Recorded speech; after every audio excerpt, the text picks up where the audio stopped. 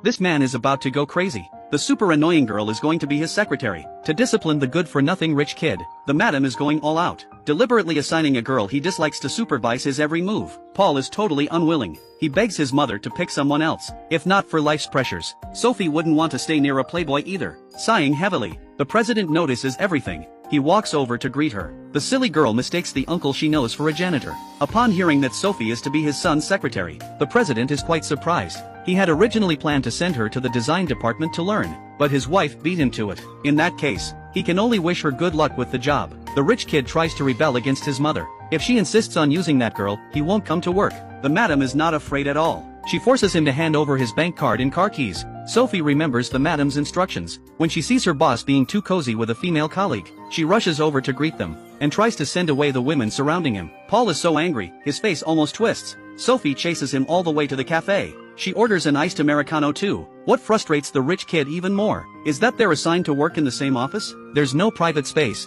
so he grits his teeth and forces the secretary out. He doesn't want to see her face at all. The man angrily calls his mother. The madam is determined to discipline her son, mainly because she's afraid he can't control himself, and ends up in big trouble. Sophie is secretly delighted, because the senior she has a crush on also works here.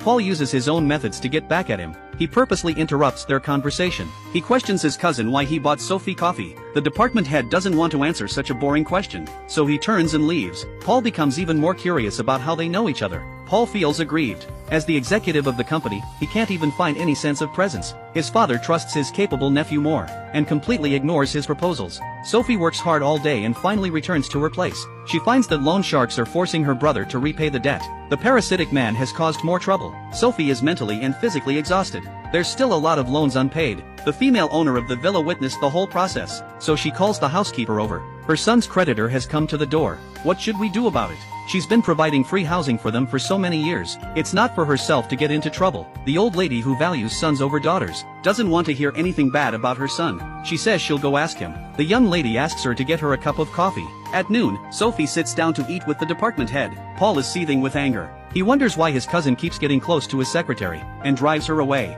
Sophie also wants to change seats, but her boss grabs her hand, and asks Sophie if she knows what he hates most. Sophie says, "How would I know?